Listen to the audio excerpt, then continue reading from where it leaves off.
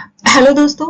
आज की वीडियो में इंडियन इकोनॉमी और इंडियन फाइनेंशियल सिस्टम के कुछ इंपॉर्टेंट और memory based question answers discuss करेंगे। पहला क्वेश्चन है यहाँ पे फ्रेंड्स हमारा, what define a medium enterprise according to the guidelines. तो एमएसएमई की जो नई गाइडलाइंस है उसके हिसाब से मीडियम एंटरप्राइज किसको बोला गया। तो मीडियम किसको बोला गया, जिसका आपका जो इन्वेस्टमेंट है, अभी जो नई डेफिनेशन आई है एमएसएमई की, उसके हिसाब से दो चीजों को आपको ध्यान में देना है। एक है इन्वेस्टमेंट और दूसरा है टर्नओवर। तो मीडियम एंटरप्राइज कौन से वाला था फ्रेंड्स, जिसमें आपकी जो इन्वेस्टमेंट है वो कितनी होनी चाहिए, कम से कम 50 करोड़, मतलब जो मैक्सिमम है वो 50 करोड़ होनी चाहिए इन्वेस्टमेंट, और आपका जो टर्नओवर है वो 250 करोड़ तक का होना चाहिए। ठीक है, तो उसी को हम लोग बोलेंगे कि ये मीडियम एंटरप्राइज है। तो इन्वेस्टमेंट कितनी होनी चाहिए, टर्नओवर कितना होना चाहिए, मैक्सिमम 250 करोड़, तो ये बात सही है। और इन्वेस्टमेंट कितनी होनी चाहिए, मैक्सिमम 50 करोड़।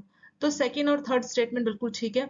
बाकी जगह पे लिखा है कि इन्वेस्टमेंट 10 करोड़ से ज्यादा नहीं होनी चाहिए या 1 करोड़, ये ऑप्शन आपका गलत हो जाएगा। ठीक है, तो माइक्रो स्मॉल और मीडियम में जो मीडियम एंटरप्राइज है, माइक्रो स्मॉल और मीडियम जो लास्ट में आता है आपका मीडियम एंटरप्राइज, उसका जो है इन्वेस्टमेंट होना चाहिए आपका 50 करोड़, और टर्नओवर होनी चाहिए आपकी कितनी, 250 करोड़। तो इन्वेस्टमेंट का ऑलमोस्ट 5 टाइम्स रहता है टर्नओवर। ठीक है, ये याद करने का ट्रिक है फ्रेंड, जितना भी इन्वेस्टमेंट बोला गया है उसको 5 से मल्टीप्लाई करेंगे तो उतना मैक्सिमम टर्नओवर होना चाहिए। तो आप लोग बस इन्वेस्टमेंट करके को याद करके जाइए, टर्नओवर के लिए क्या करना, 5 से उसको मल्टीप्लाई कर देना। तो 50 को आप 5 से मल्टीप्लाई करेंगे तो 250 आ जाएगा। तो 250 का मैक्सिमम टर्नओवर होना चाहिए और इन्वेस्टमेंट होनी चाहिए 50 करोड़ की मैक्सिमम। तब उस वाले इंटरप्राइज को हम बोलेंगे कि ये है हमारी मीडियम इंटरप्राइज। तो सेकेंड और थर्ड जो है बिल्कुल सही है। तो आंसर हो जाएगा फ्रेंड्स आपका बी। मीडियम एंटरप्राइज उसको बोला जाता है जहां पे इन्वेस्टमेंट, इन्वेस्टमेंट का मतलब क्या होता है फ्रेंड्स, इन्वेस्टमेंट का मतलब होता है कि आप कितना खर्चा कर रहे हैं। कंपनी अगर प्लांट और मशीनरी में मैक्सिमम कितना खर्चा कर रही है, प्लांट और मशीनरी का मतलब है कोई प्लांट सेटअप करना है, कोई नई मशीन खरीद रही कंपनी, ठीक है, अपने प्रोडक्शन के काम के लिए, तो उसमें जो टोटल खर्चा हो रहा है उसको इन्वेस्टमेंट बोला जाता है। जैसे आपने प्लॉट खरीदा मान लीजिए 20 लाख का, तो ये जो आपने 20 लाख की परचेज की है इसको बोला जाएगा इन्वेस्टमेंट। ठीक है, तो सेम ऐसी कंपनी अपना कितना पैसा इन्वेस्ट कर रही है। इन्वेस्टमेंट जनरली उनको बोली जाती है फ्रेंड्स जहां पे हम अपने पैसे लगाते हैं और हमें कुछ ना कुछ प्रॉफिट बदले में मिलता है, उसी के लिए हम जो टर्म इस्तेमाल करते हैं वो होता है आपका इन्वेस्टमेंट। ठीक है, और टर्नओवर का मतलब होता है सेल्स, आपकी मंथली सेल्स कितनी है या ईयरली सेल्स कितनी है। तो टर्नओवर बताता है आपने टोटल सेल कितने की है, तो वो आपका टर्नओवर होता है। आपकी एक दुकान है, आप साल भर में वहां पे 5 लाख का सामान बेचते हैं, तो आपकी टर्नओवर या आपकी सेल्स हो जाएगी 5 लाख। ठीक है, तो टोटल जो सामान कंपनी ने बेचा है वो मैक्सिमम 250 करोड़ का होना चाहिए, और टोटल खर्चा कंपनी ने अपना प्लांट या इन्वेस्टमेंट प्लांट या मशीनरी को सेटअप करने के लिए लगाया वो 50 करोड़ होना चाहिए। तब हम उस एंटरप्राइज को बोलेंगे कि ये मीडियम एंटरप्राइज है। ठीक है, तो सेकेंड एंड थर्ड हमारा करेक्ट आंसर इसमें हो जाएगा। विच of the following define small enterprise. तो स्मॉल एंटरप्राइज किसको बोला जाता है, तीन होती है फ्रेंड्स, माइक्रो सबसे छोटा, माइक्रो फिर स्मॉल सेकंड नंबर पे, और फिर मीडियम थर्ड नंबर पे। ठीक है, तो सबसे बड़े वाला होता है मीडियम, उससे छोटा होता है स्मॉल, और सबसे छोटा होता है आपका माइक्रो। तो कौन सी स्टेटमेंट स्मॉल एंटरप्राइज के लिए सही है, ये जो स्मॉल है इसके लिए कौन सी डेफिनेशन सही है। तो स्मॉल में क्या होता है कि आप बस इन्वेस्टमेंट याद कर लीजिए, टर्नओवर तो आपको वैसे ही याद हो जाएगा, आपको 5 से मल्टीप्लाई करना है। तो स्मॉल के केस में क्या होता है कि 10 करोड़ की होती है इन्वेस्टमेंट, और टर्नओवर कितना हो जाएगा फ्रेंड्स, 5 से मल्टीप्लाई कर लेंगे, ये हो जाएगा 50 करोड़। यानी स्मॉल एंटरप्राइज के केस में इन्वेस्टमेंट होती है मैक्सिमम 10 करोड़ की, और टर्नओवर होता है मैक्सिमम 50 करोड़ का। तो उस एंटरप्राइज को हम बोलेंगे कि ये क्या है, ये हमारी स्मॉल एंटरप्राइज। इन्वेस्टमेंट और टर्नओवर क्या होता है फ्रेंड्स, हम अभी इससे पहले वाले क्वेश्चन में देख चुके हैं। इन्वेस्टमेंट मतलब जो पैसे आप लगाते हो, जो आप खर्चा करते हो ताकि आपको बेनिफिट मिले। जैसे आप कोई प्रॉपर्टी में इन्वेस्ट करते हो, गोल्ड में इन्वेस्ट करते हो, सिक्योरिटी में, शेयर में, तो उन सब के लिए जो वर्ड यूज होता है वो इन्वेस्टमेंट होता है। क्यों, क्योंकि उसको आप अपने अभी यूज के लिए नहीं उसको खरीद रहे, आप उस पैसे को इसलिए खर्च कर रहे हैं कि उससे आपको अच्छा सा प्रॉफिट मिलेगा, भविष्य में आप उससे आपको फायदा मिलेगा। ठीक है, सेम ऐसी अगर कंपनी कुछ नई मशीन खरीद रही है, वो क्यों ले रही है, ताकि वो मशीन से क्या करेगी, बहुत सारा प्रोडक्शन करेगी, सामान बनाएगी, उसको बेचेगी और उसको भी प्रॉफिट होगा। तो इन्वेस्टमेंट जनरली हम लोग अपने प्रॉफिट के लिए ही करते हैं। सेम टर्नओवर मतलब कितने का उसने सामान बेचा, कितने की सेल्स हुई है। तो जो आपकी स्मॉल एंटरप्राइज है उस केस में इन्वेस्टमेंट होना चाहिए 50 करोड़ का, और टर्नओवर होनी चाहिए उसका 5 गुना ज्यादा यानी 50 करोड़ का। इससे पहले क्वेश्चन हम लोगों ने मीडियम का देखा था ना, तो वहां पे कितना था इन्वेस्टमेंट फ्रेंड्स, वहां था 50 करोड़ का, और टर्नओवर कितनी थी, 250 करोड़। स्मॉल के केस में इन्वेस्टमेंट कितना है, 10 करोड़, और टर्नओवर कितनी है, उसका 5 गुना, 10 का 5 गुना हो जाएगा 50 करोड़। तो मैक्सिमम टर्नओवर आपकी 50 करोड़ होनी चाहिए और मैक्सिमम इन्वेस्टमेंट 10 करोड़ होना चाहिए। तो ये पहला ऑप्शन ठीक है फ्रेंड्स। मैक्सिमम इन्वेस्टमेंट जो है प्लांट एंड मशीनरी का 10 करोड़, मैक्सिमम टर्नओवर 50 करोड़, ये दोनों बातें सही है। टर्नओवर 20 करोड़ बोला, ये गलत हो जाएगा एंड ऑल द अबव भी गलत हो जाएगा। तो सिर्फ और सिर्फ फर्स्ट एंड सेकंड वाला सही है।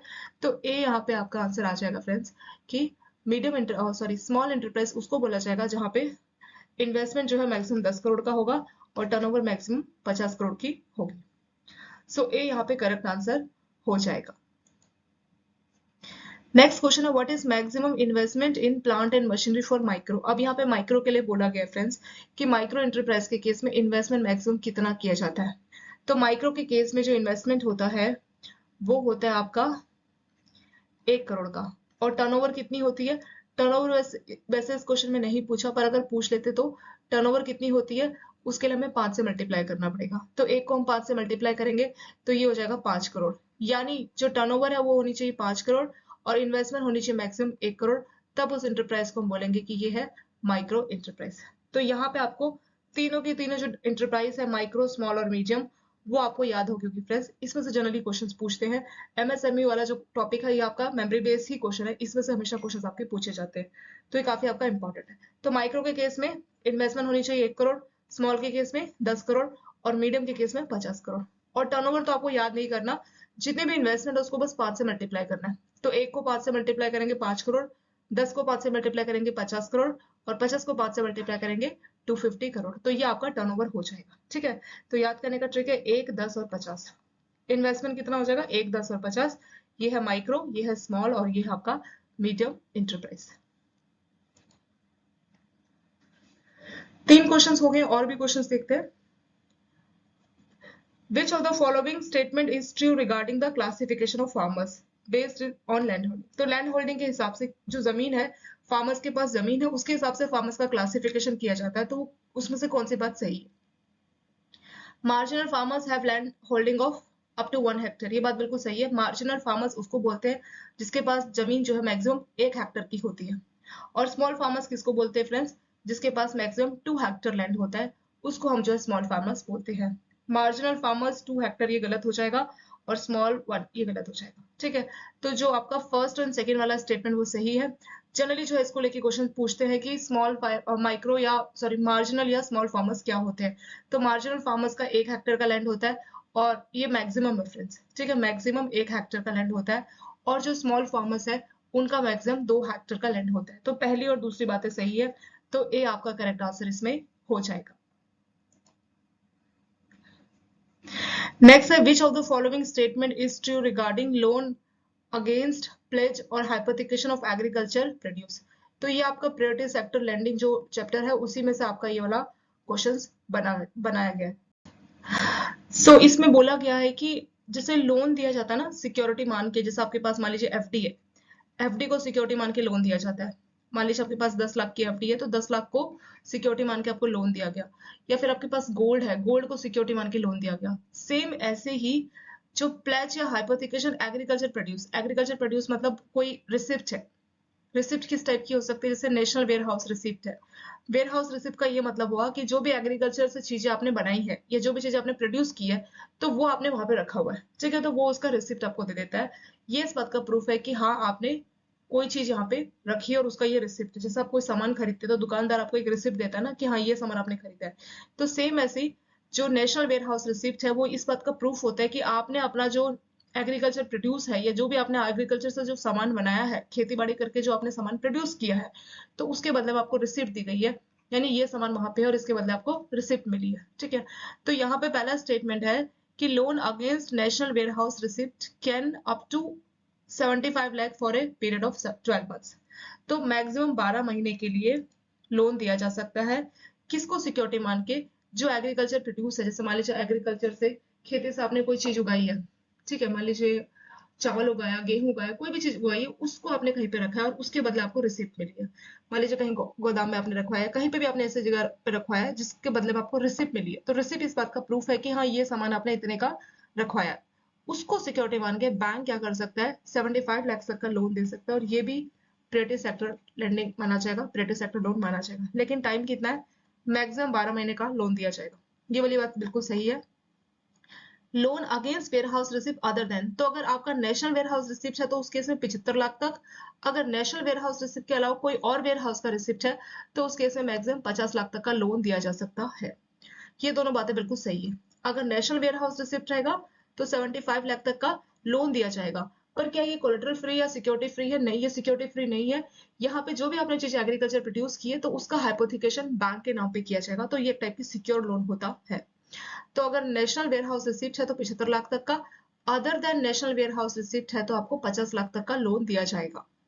तीसरा है loan, the loan for both types of loan can exceed 12 months, तो जो लोन दिया जा रहा है दोनों टाइप में तो 12 महीने से ज्यादा हो सकता है। यहाँ पे साफ साफ लिखा है फ्रेंड्स कि मैक्सिमम 12 महीने का होता है, तो ये 12 महीने से ज्यादा होता है तो ये वाला स्टेटमेंट गलत हो जाएगा। Loan can be availed against any agriculture produce without limit, बोल रहे बिना किसी लिमिट के हम जो है लोन अवेल कर सकते हैं, ऐसा नहीं है, प्रॉपर लिमिट यहाँ पे दी गई है। तो सिर्फ और सिर्फ आपका फर्स्ट एंड सेकंड वाला स्टेटमेंट सही हो जाएगा, तो ए आपका करेक्ट आंसर यहाँ पे आ जाएगा। ठीक है फ्रेंड्स, तो इसका आंसर हो जाएगा आपका ए।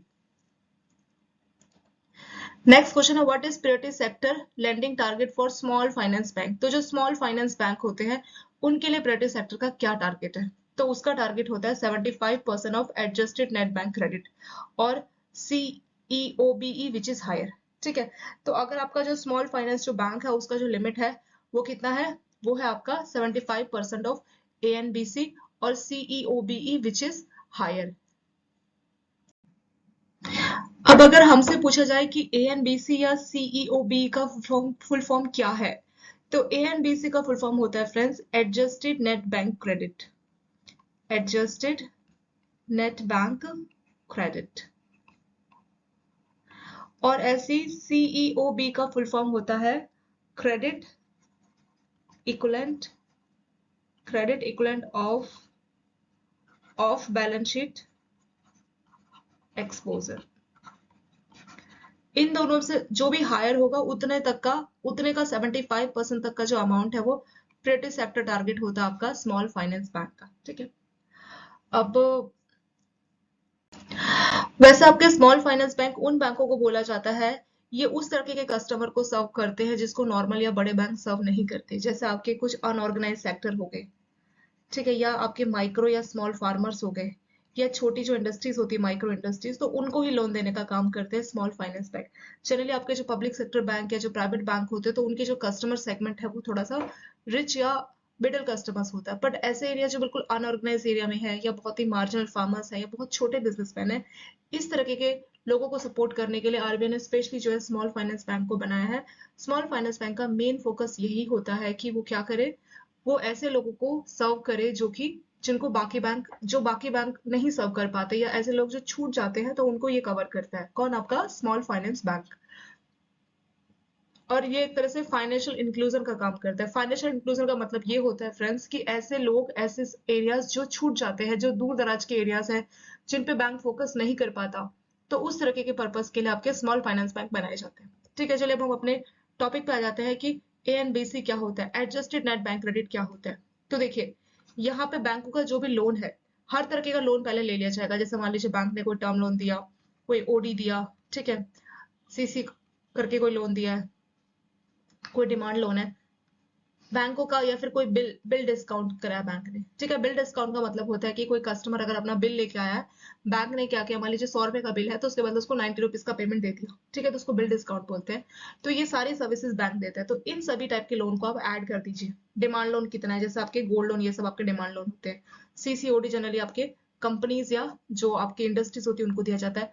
टर्म लोन जैसे आपका हाउसिंग लोन, एजुकेशन लोन, ये प्रॉपर टेन्योर के साथ होता है, प्रॉपर इसका EMI आपको पे करना होता है। ठीक है, तो हर तरह के लोन को जोड़ दीजिए। उसमें से अगर आपने कोई बिल रीडिस्काउंट करा है, बिल रीडिस्काउंट का ये मतलब है कि बैंक ने तो कस्टमर का बिल डिस्काउंट किया, अब बैंक ने क्या किया, वो बिल लेके RBI से या किसी और गवर्नमेंट ऑर्गेनाइजेशन से उसको डिस्काउंट करा लिया। ठीक है, तो उसको बोला जाता है बिल रीडिस्काउंट। तो जो भी बिल रीडिस्काउंट है उसको माइनस कर लीजिए, या आपके जो इन्वेस्टमेंट है, जैसे नॉन SLR में कोई इन्वेस्टमेंट है उसको जोड़ दीजिए। उसके बाद जो वैल्यू मिलेगी वो मिलेगी आपकी adjusted net bank credit.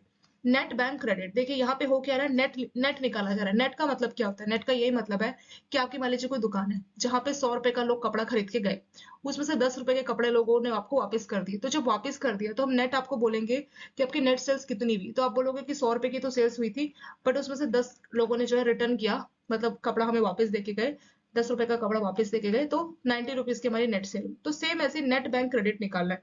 Net bank credit मतलब बैंकों ने टोटल लोन कितना दिया, बदले में बैंकों को जो पेमेंट मिलती है उसको माइनस करना रहेगा। ठीक है, तो जो भी बैंकों ने लोन दिया उसमें से जो बिल रीडिस्काउंट हुआ उसको माइनस करना है, और बैंकों ने जो इन्वेस्टमेंट की है नॉन एसएलआर सिक्योरिटीज में, तो उसको ऐड करना पड़ेगा। तो उसके बाद आपको मिलेगा एडजस्टेड नेट बैंक क्रेडिट। ठीक है, अब सेकेंड आता है आपका सीईओबीई, यानी credit equivalent of off balance sheet exposure. ये क्या होता है? Bank letter of credit, bank guarantee, इस तरीके की जो सुविधाएं देती है जहां पे एग्जैक्टली फंड का इन्वॉल्वमेंट इमीडिएटली नहीं होता, बट अगर बैंकों की लायबिलिटी आएगी तो उसको पे करना रहेगा। जैसे लेटर ऑफ क्रेडिट हो गया आपका, बैंक गारंटी, यहाँ पे बैंकों को इमीडिएट पेमेंट नहीं करना होता, जिसके लिए बैंक ने गारंटी दी, अगर वो कस्टमर नहीं पे करेगा तभी जो है बैंकों को पे करना रहता है। ठीक है, तो जो भी आपके नॉन फंड बेस्ड फैसिलिटीज होती है उसको सीईओबी बोला जाता है। तो हर तरह की नॉन फंड बेस्ड फैसिलिटी, मान लीजिए एक कस्टमर के लिए बैंक ने 50 लाख का एलसी ओपन किया, दूसरे कस्टमर के लिए 50 लाख का बीजी दे, तो इस तरह से सारे के सारे नॉन फंड वाले जो भी बैंकों के लोन है सबको ऐड कर दीजिए। इसमें क्या है, फंड वाला जहाँ पे सच में पैसा गया, यहाँ पे नॉन फंड वाला, तो इसमें से जो ज्यादा अमाउंट आएगा उसका लिखा ना विच इज हायर, तो उसका 75% लेके उतना स्मॉल फाइनेंस बैंक को प्रायोरिटी सेक्टर के तहत टारगेट होता है। टारगेट का क्या मतलब है? जैसे बैंकों में आपके टारगेट होते हैं ना फ्रेंड्स, कि आपको इतने अकाउंट ओपन करने, इतने का आपको एफडी करना है, इतने का लाइफ करना है, तो सेम ऐसे ही स्मॉल फाइनेंस बैंक या बाकी बैंकों को आरबीआई ने टारगेट दिया है कि आप नॉर्मल कस्टमर को तो सर्व कर रहे हो, और मतलब उनको बैंकिंग सुविधाएं आप दे रहे हैं, बट कुछ ऐसे कस्टमर्स है या कुछ ऐसे सेगमेंट है जो छूट जाते हैं, तो उनके लिए बैंकों को, आरबीआई को क्या करना होता है, बैंकों को टारगेट देना होता है। तो स्मॉल फाइनेंस बैंक का टारगेट क्या है? 75% ऑफ एएनबीसी। एएनबीसी में जो भी बैंकों का नेट क्रेडिट है वो आ जाएगा, जहां पे सच में बैंकों ने पैसा दिया है, ठीक है, जिसको आप फंड बेस बोल सकते हो। और सीईओबीसी में जितना भी बैंकों ने नॉन फंड लोन दिया है या जहां पे पैसा इमीडिएटली नहीं गया, जैसे letter of credit, bank guarantee, तो उन सबको जोड़ दीजिए। तो दोनों में से जो ज्यादा आएगा उतने का 75% निकाल के आपको जो है टारगेट रखना पड़ेगा। ठीक है, उतने तक का लोन आपको प्रायोरिटी सेक्टर में देना पड़ेगा। तो ये आपका जो है ऑप्शन नंबर बी, यानी सेकंड ओनली जो है आपका करेक्ट आंसर है। स्मॉल फाइनेंस का जो टारगेट है वो है 75% ऑफ एएनबीसी या सीईओबी विच इज हायर। तो सेकंड आपका यहाँ करेक्ट आंसर हो जाएगा। नेक्स्ट है what is the priority sector target for RRB. तो अभी हमने स्मॉल फाइनेंस बैंक का क्वेश्चन देखा था ना फ्रेंड्स, अब आरआरबी के ऊपर है कि आरआरबी को कितना टारगेट रहता है। तो स्मॉल फाइनेंस बैंक का था 75% ऑफ एएनबीसी और सीईओबी विच इज हायर। आरआरबी का कितना टारगेट रहता है? आरआरबी का टारगेट रहता है,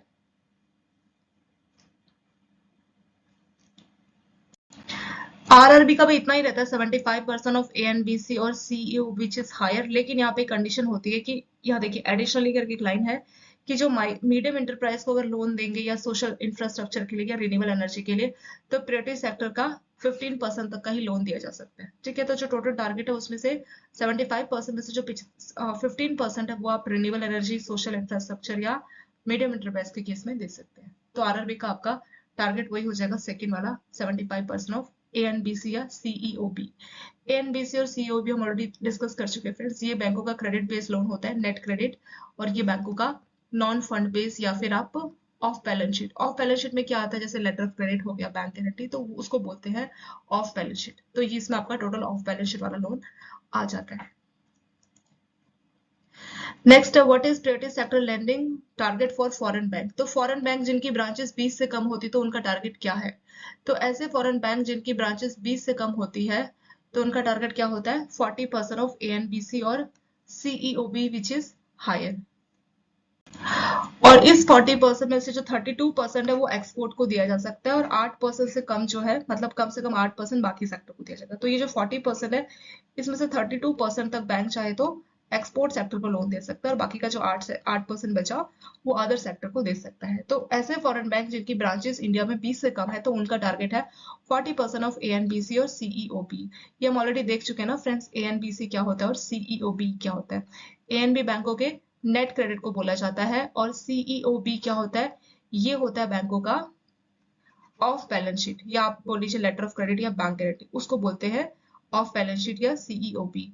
तो सेकंड आपका यहाँ करेक्ट आंसर इसमें हो जाएगा। नेक्स्ट है what is priority sector landing target for domestic commercial bank. इसका ये हो जाएगा कि डोमेस्टिक कमर्शियल बैंक और फॉरेन बैंक जिनकी ब्रांचेस 20 से ज्यादा है, जो 20 से ज्यादा वाली फॉरेन ब्रांचेस है उनको और कमर्शियल बैंकों का सेम ही टारगेट रखा गया।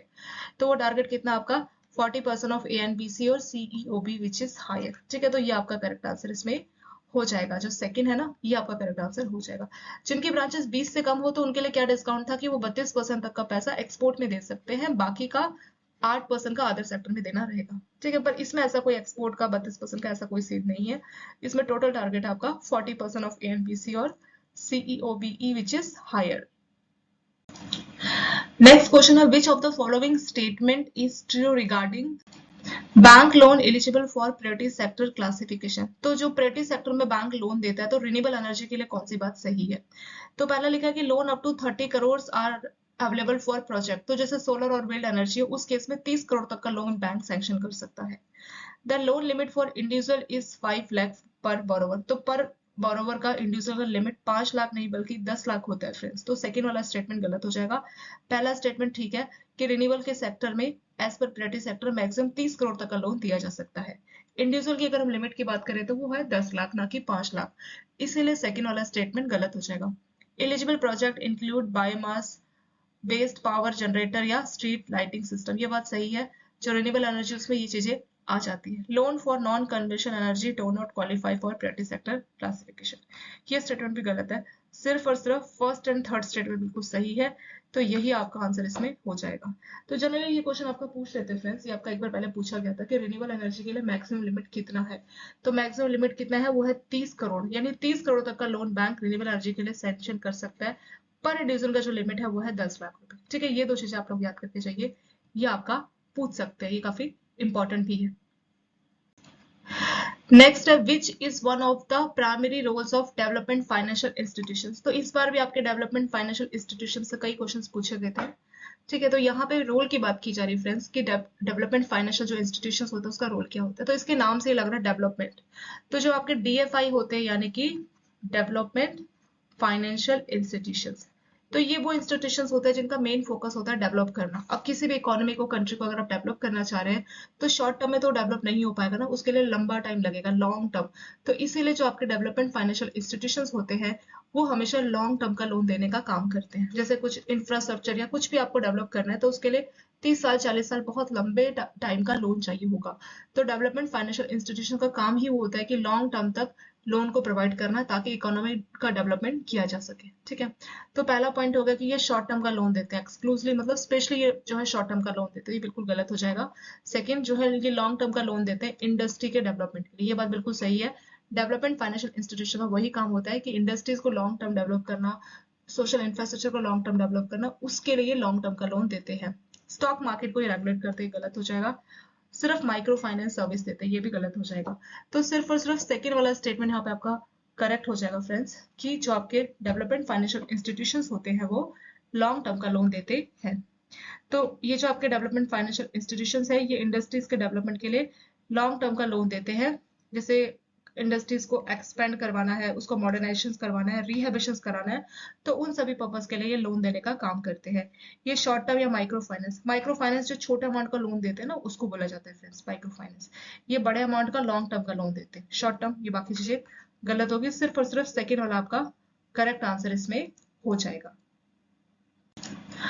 Which of the following is not one of the 4 categories used to classify? तो जो डेवलपमेंट फाइनेंशियल इंस्टीट्यूशंस होते हैं ना इसको 4 तरह से क्लासिफाई किया गया है। ठीक है, 4 कैटेगरी में इसको बांटा गया है। इसमें से इन चारों में से कौन सी कैटेगरी वो नहीं है। तो देखिए इसमें एक तो पहला बोला गया डेवलपमेंट बैंक होते हैं, स्पेशलाइज्ड फाइनेंशियल इंस्टीट्यूशंस होते हैं, कमर्शियल बैंक। जो कमर्शियल बैंक होते हैं जो नॉर्मली आपके पब्लिक सेक्टर बैंक है तो वो जनरली शॉर्ट टर्म का लोन देते हैं, शॉर्ट या मीडियम टर्म का, बहुत लॉन्ग टर्म का ये नहीं देते। और इनका मेन फोकस इंडिविजुअल होता है, जैसे आपके जो नॉर्मल जो कमर्शियल बैंक होते हैं इंडिविजुअल या शॉर्ट टर्म का ही लोन होता है, शॉर्ट या मीडियम टर्म, बहुत लॉन्ग टर्म का ये नहीं देते। तो कमर्शियल बैंक आपका रॉन्ग आंसर हो जाएगा। स्टेट लेवल फाइनेंशियल इंस्टीट्यूशंस, ये भी आपका सही है। तो जो 4 कैटेगरी होती है ना फ्रेंड्स आपकी डेवलपमेंट फाइनेंशियल इंस्टीट्यूशंस की, वो कौन कौन सी है। पहला हो जाएगा डेवलपमेंट बैंक, दूसरा स्पेशलाइज्ड फाइनेंशियल इंस्टीट्यूशंस, तीसरा इन्वेस्टमेंट इंस्टीट्यूशंस और चौथा होता है स्टेट लेवल फाइनेंशियल इंस्टीट्यूशन। तो ये 4 कैटेगरी में DFI यानी डेवलपमेंट फाइनेंशियल इंस्टीट्यूशंस को क्लासिफाई किया गया है। इसमें कमर्शियल बैंक नहीं आते। वही था ना क्वेश्चन की विच is not one of four categories, तो कमर्शियल बैंक। सो सिर्फ और सिर्फ जो थर्ड है ना वही आंसर होगा, which is not DFI, commercial bank is not DFI. तो थर्ड आपका करेक्ट आंसर इसमें हो जाएगा। One of the objective of DFI is to develop entrepreneurship skills. तो ये क्या चाहते हैं कि जो आपके इंडिविजुअल है उसके अंदर एंटरप्रेन्योरशिप की जो स्किल्स है उसको डेवलप किया जाए। तो ये ऐसा कैसे करते हैं? बाय डिस्करेजिंग इंडिविजुअल, उसको डिस्करेज करके, ये गलत हो जाएगा। By providing training and support for new ventures, हाँ तो जो नए वेंचर्स है उनको ट्रेनिंग देना या अगर कोई किसी टाइप का सपोर्ट चाहिए होगा तो वो करने का काम करते हैं। इससे उनकी एंटरप्रेन्योरशिप जो स्किल्स होती है वो भी डेवलप होती है। तो सेकंड वाला बिल्कुल सही होगा। बोल रहे जो पुराने बिजनेस है उस पर फोकस करके, ये गलत हो जाएगा। और लार्ज प्रोजेक्ट को ही ये फाइनेंस करते हैं, ये भी गलत हो जाएगा फ्रेंड्स। सिर्फ और सिर्फ जो सेकंड स्टेटमेंट है वो बिल्कुल सही है। डीएफआई की कई कैटेगरी है, वो लॉन्ग टर्म तक प्रोजेक्ट को ये सपोर्ट करते हैं, फाइनेंस करते हैं, पर साथ के साथ ये जो नए वेंचर्स है उसको भी सपोर्ट करते हैं, लॉन्ग टर्म का उनको लोन प्रोवाइड करा के, और उनको ट्रेनिंग चाहिए, हर तरह का ये सपोर्ट करने का, देने का काम करते हैं, ताकि नई नई इंडस्ट्रीज यूनिट्स को खड़ा किया जा सके। Which is first development financial establish in India. तो इंडिया का पहला डेवलपमेंट फाइनेंशियल इंस्टीट्यूशन कौन सा है? ये क्वेश्चन कई बार पूछ लेते हैं वैसे तो, इसीलिए एक नंबर का मैंने क्वेश्चन यहाँ पे रखा है। जो आईएफसीआई ना, industrial financial corporation of India, ये इंडिया का पहला डेवलपमेंट फाइनेंशियल इंस्टीट्यूशन है। तो इसका आंसर हो जाएगा 2। फर्स्ट डीएफआई जो है आपका आईएफसीआई है, यानी कि industrial financial corporation of India, और इसको 1948 में स्टैब्लिश किया गया था। ठीक है, फिर बाद में और भी आए थे आपका एलआईसी, आईसीआईसीआई, इन्होंने भी अपना डीएफआई जो है ओपन किया था। पर पहले की बात करें तो पहला आपका आईएफसीआई हो जाएगा। नेक्स्ट क्वेश्चन है, which is not one of the 4 pillar of make in India. तो जो मेक इन इंडिया इनिशिएटिव शुरू किया गया था 2014 में, इसके 4 पिलर बताए थे, तो इसमें से इसका कौन सा पिलर नहीं है? ठीक है, तो इसके पिलर को समझने से पहले हम लोग इसका एक्सप्लेनेशन देख लेते हैं कि जो आपका मेक इन इंडिया प्रोग्राम है, इसको प्राइम मिनिस्टर ने 2014 सितंबर में पहली बार लॉन्च किया था। ठीक है, तो इसका मेन पर्पस क्या था? इसका पर्पस था कि इंडिया को ग्लोबल लेवल पे मैन्युफैक्चर हब बनाना। मतलब इंडिया क्या करता है, बहुत सारी चीजों को बाहर से खरीदता है, तो हम बाहर से क्यों खरीदे जब हम अपने घर पे बना सकते हैं। जैसे आप कुछ मिठाइयाँ बाहर से खरीदते हैं, तो हम सोचते हैं कि हम घर पे ही कुछ मिठाइयाँ बनाए ताकि ज्यादा अच्छी, ऑर्गेनिक हो, साफ सुथरी, इस तरह से हम सोचते हैं ना। तो सेम ऐसी मेक इन इंडिया इनिशिएटिव इसलिए चलाया गया था कि हम चीजों को बाहर से बनवाने के लिए बोलते हैं, अलग अलग कंट्री में चीजें बन के फिर हमारे पास आती है, तो बेटर है कि हम खुद से इंडिया में ही बनाएं इस चीज को। तो उसी पर्पस के लिए आपका मेक इन इंडिया इनिशिएटिव को चलाया गया था। इसका जो मेन पर्पस था वो ये था कि इंडिया को मैन्युफैक्चर हब बनाया जाए। हब होता है जहाँ पे सारा चीज एक ही जगह पे आपको मिल जाए, तो इंडिया में ये चीजें जो है मैन्युफैक्चर करे और ग्लोबल लेवल पे इंडिया जो है फोकस करे। तो इस पर्पस के लिए मेक इन इंडिया इनिशिएटिव को चलाया गया था। उस टाइम पे इसके 4 पिलर थे। कौन कौन से थे? वो था आपका न्यू प्रोसेस, नए प्रोसेस को जोड़ना, न्यू इंफ्रास्ट्रक्चर को जोड़ना, न्यू सेक्टर्स को जोड़ना, और न्यू माइंडसेट। तो ये 4 पिलर थे। तो यहाँ पे है new process, new infrastructure, sustainable, new mindset. हाँ, ये तीनों तो थे, पर सस्टेनेबल डेवलपमेंट इसका पिलर नहीं था। ठीक है, प्रोसेस, इंफ्रास्ट्रक्चर, तीसरा था आपका न्यू सेक्टर, और चौथा था आपका न्यू माइंडसेट। मतलब ये कहना चाह रहा था कि नए नए प्रोसेस को, जैसे आपका प्रोसेस होता है किसी काम को करने का तरीका, कोई नया प्रोसेस अगर जोड़ना है तो जोड़ सके ताकि काम की एफिशिएंसी बढ़े।